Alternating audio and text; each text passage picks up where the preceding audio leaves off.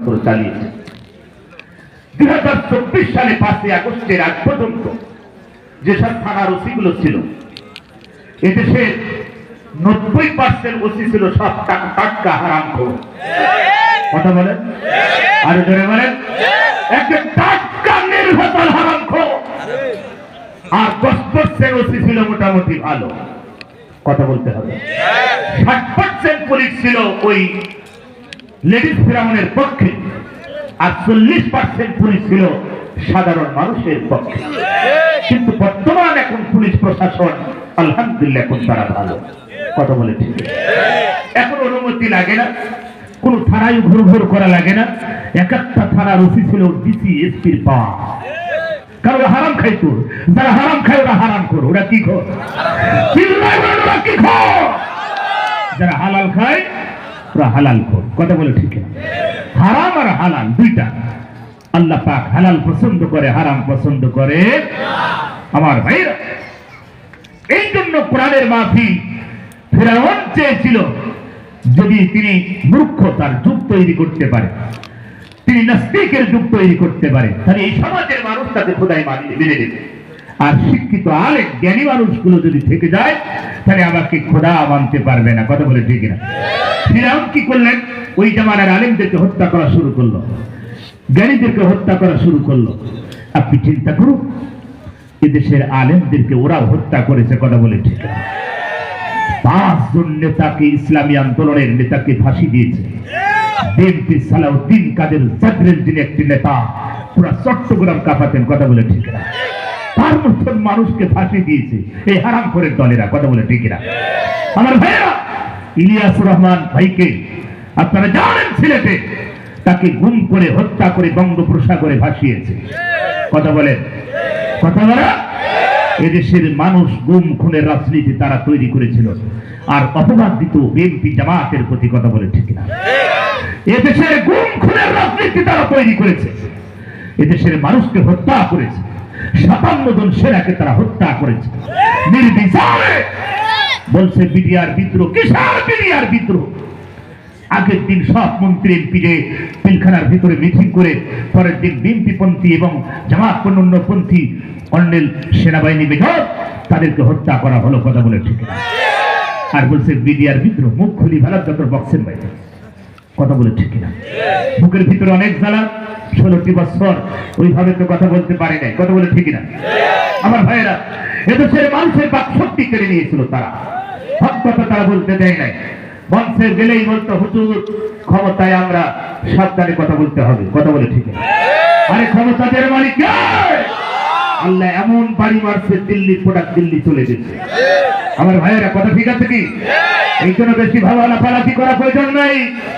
সব ক্ষমতার মালিক কে? সব ক্ষমতার মালিক আমার আল্লাহ। আল্লাহ বলতে ইন্না বাতশা রাব্বিকা লাশাদীদ। আমার ধরা পাকড়া খুব কঠিন।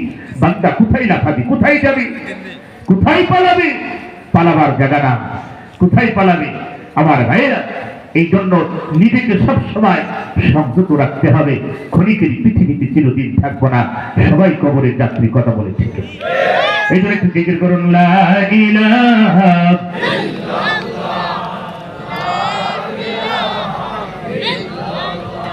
লা ইলাহা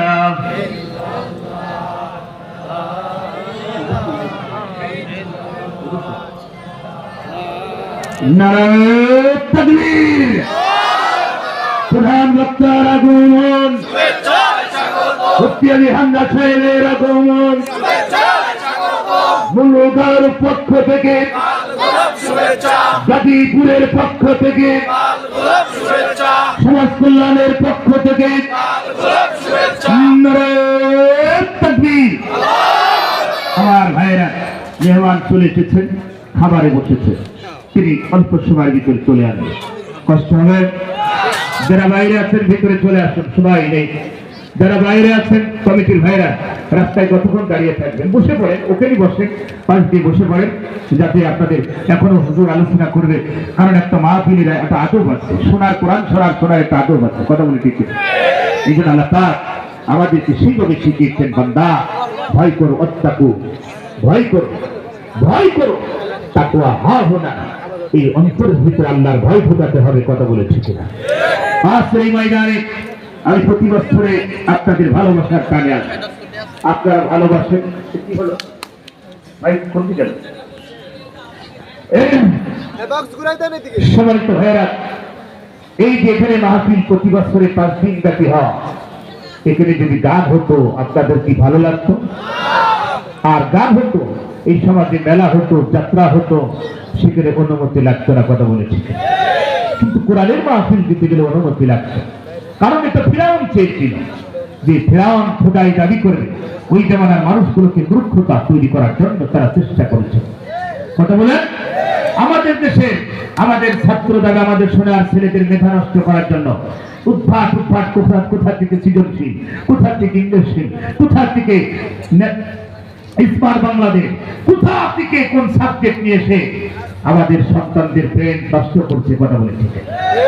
আমার ভাইয়েরা, তারা সিস্টেম চালু করলো, মানুষ হচ্ছে বানর থেকে তৈরি, বলেন কোথা থেকে কুলাঙ্গার গুলো আসলো, আর এই শিক্ষা ব্যবস্থার নামে ধ্বংসের তার প্রান্তে দাঁড় করিয়েছিল, কথা বলে ঠিক।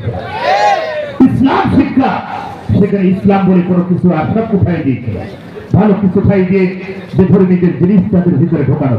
শারীরিক শিক্ষা পড়লে একটা ছেলে মেয়ে অল্প বয়সে তারা বুঝে ফেলছে। আমার ভাইয়েরা, এগুলো সব তারা একটা সন্তানকে নষ্ট করার মূল টার্গেট নিয়েছিল।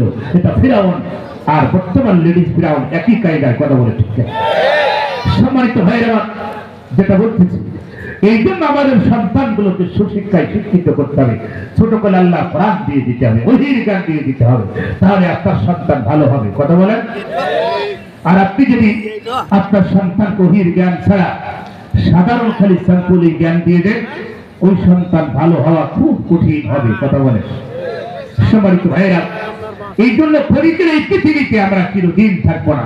আল্লাহ পাক বলছেন, ওগো নবী, যারা আমার কোরআনকে যারা মেনে নিল আর কোরআন অনুযায়ী যারা জীবন চলে, ওদের কোনো ভয় থাকবে না, কোনো চিন্তা থাকবে না, কোনো টেনশন থাকবে না। আমি আল্লাহ তাদের জন্য ভালাহুম আজরুহুম ইনদা রাব্বিহিম, আমার পক্ষ থেকে তাদের জন্য একটা পুরস্কার চলে যাবে, জোরে বলুন সুবহান। সম্মানিত ভাইরা আমার, সম্মানিত মায়েরা, খলিকের এই পৃথিবীতে চিরদিন আমি আপনি থাকবো না। আল্লাহ রাব্বুল আলামিন এর ভিতরে বললেন, ভয় করো সেই দিন যেদিন কোন মানুষের কোনো কিছু বিনিময় দেওয়া হবে না, বিন্দু মাত্র কোনো কিছু মানুষের কাছ থেকে নেওয়া হবে না, কোনো মানুষের কাছ থেকে কোনো সম্পদ নেওয়া হবে না, কোনো কিছু গৃহীত হবে না, এবং সুপারিশ পাবে না, সাহায্য প্রাপ্ত হবে না। আল্লাহ পাক বলেন, ও নবী, সেই দিবসের কথা আপনার উম্মতগুলোকে জানান, যেন তারা ভয় করে। সেই দিবসের কথা তারা যেন স্মরণ রাখে। দুনিয়ায় কেউ কারণ নাই, এই পৃথিবীতে যদি চিরদিন আমি আপনি থাকতে হয়, আল্লাহ রাব্বুল আলামিন বললেন, বান্দা, দুনিয়ায় কেউ কারণ নাই, এই পৃথিবীতে কেউ কারণ নাই। বাবার কবরে সন্তান যায় না, সন্তানের কবরে বাবা যায় না, মায়ের কবরে মেয়ে যায় না, মেয়ের কবরে মা যায় না, বাবার কবরে সন্তান যাবে না, সন্তানের কবরে বাবা যাবে না। পৃথিবীতে বাবার মতন কোনদিন কোন পুরুষ হতে পারে না, মায়ের মতন কোন পৃথিবীতে কোন নারী হতে পারে না। তাহলে পৃথিবী কার জন্য? পৃথিবী কার জন্য? এই খলিকের এই পৃথিবী, রঙিন এই পৃথিবী। মুলগার ভাইয়েরা, সম্মানিত ভাইয়েরা, এই খলিকের এই দুনিয়ায় চিরদিন আমি আপনি থাকবো না, অন্ধকার গভীর কবরের যাত্রী হয়ে যাব। আমি আপনি এই পৃথিবীতে কিয়ামত পর্যন্ত থাকবো, এরকম কোন গ্যারান্টি ওয়ারেন্টি আমার আল্লাহ দেয় নাই। আল্লাহ পাক বলছেন, ও নবী, ওয়ালিকুল্লি উম্মাতিন আযান, প্রত্যেকটি জাতির জন্য একটা নির্দিষ্ট সময় আমার আল্লাহ বেঁধে দিয়েছে। বান্দা, কোথায় পালাবি? এই দুনিয়ার সব সম্পদ আমার বান্দার জন্য আমি বন্ধন করেছি। আসমান দিয়েছি, জমিন দিয়েছি, এই জমিনের ভিতরে আমার বান্দাগুলো থাকবে, খাবে, পড়বে, আবার ইবাদত করবে। আল্লাহ সেটাও বললেন, ওয়াকাদা রাব্বুকা আল্লা তা'বুদু, আমার জমিনে আমার গোলামি করবে, আমার দাসত্ব করবে। এই জন্য আমি গাজীপুরবাসী বলি, ও মুলগাঁওবাসী, খনিকের এই পৃথিবীতে চিরদিন থাকবো না, সবাই তো কবরের যাত্রী। আমার কবরে পৃথিবীর কোন মানুষ যাবে না, আমার কবরে বাবা যাবে না, মা যাবে না, যেই স্বামীর কবরে স্ত্রী যাবে না, কার জন্য বাড়ি গাড়ি, কার জন্য জমি জায়গা। আল্লাহর নবী বলেন মানুষ মৃত্যুবরণ করার পরে তার সব আমলের দরজা বন্ধ হয়ে যায়, কিছু আমল চালু থাকে, সেটা সাদাকাতুল জারিয়া, নেক সন্তান, মসজিদ মাদ্রাসা, ভালো ভালো কাজ এই পৃথিবীতে যারা করবে, আল্লাহর নবী বলেন তারা দুনিয়া